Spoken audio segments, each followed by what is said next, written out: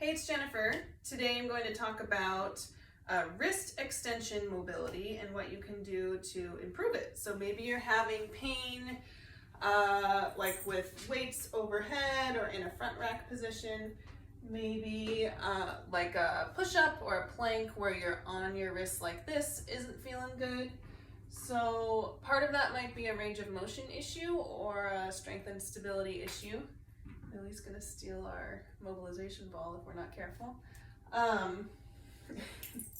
So what can we do to get a little more mobility and then stability there?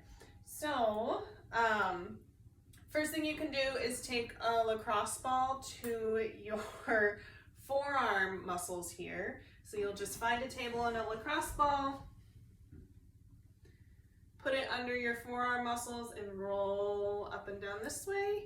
You can kind of extend the wrist at the top there. Okay, so you'll do that for about a minute. If there's a particularly gnarly spot in there, you can work it a little bit more.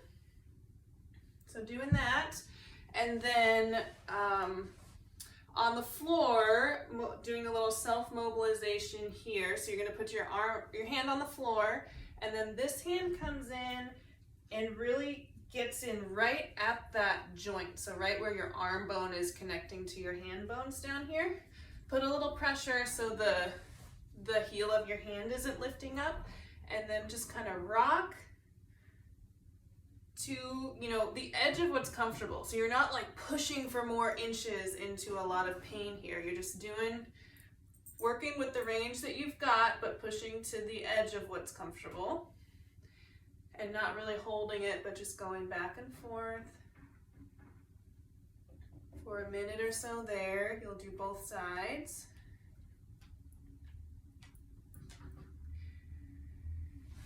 And then another thing that can restrict this wrist extension range of motion is actually a nerve that runs down that way. So it's the same nerve that gives people carpal tunnel. So you'll do a nerve mobilization. So arms are close to your body and then you extend it out this way. You might feel a stretch all along this path as you do that. And then back in.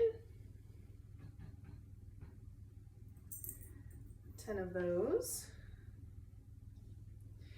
So now you've got things nice and loose, so you want to take advantage of that little bit of extra mobility you just gained. So working on that strength, pulling the fingers up towards you as far as you can, hold for a couple seconds, and then relax. And I can actually tell, it seems like these little things wouldn't help, but I've done only my left side and not my right, and my right's not moving very much, and my left is moving a lot better. So it can help. So doing 10 to 20 of those. And then if you want to ramp it up a little bit, you can do bear crawls that are really like focusing on that wrist extension. So almost like heel walking or tiptoeing. I guess that's opposite things, but bear crawling where you're going heel of your hand first and then fingers come down. And you can go backwards, same thing. Keep those fingers up as long as you can. And you can even turn and do like side to side, stepping fingers up the whole time.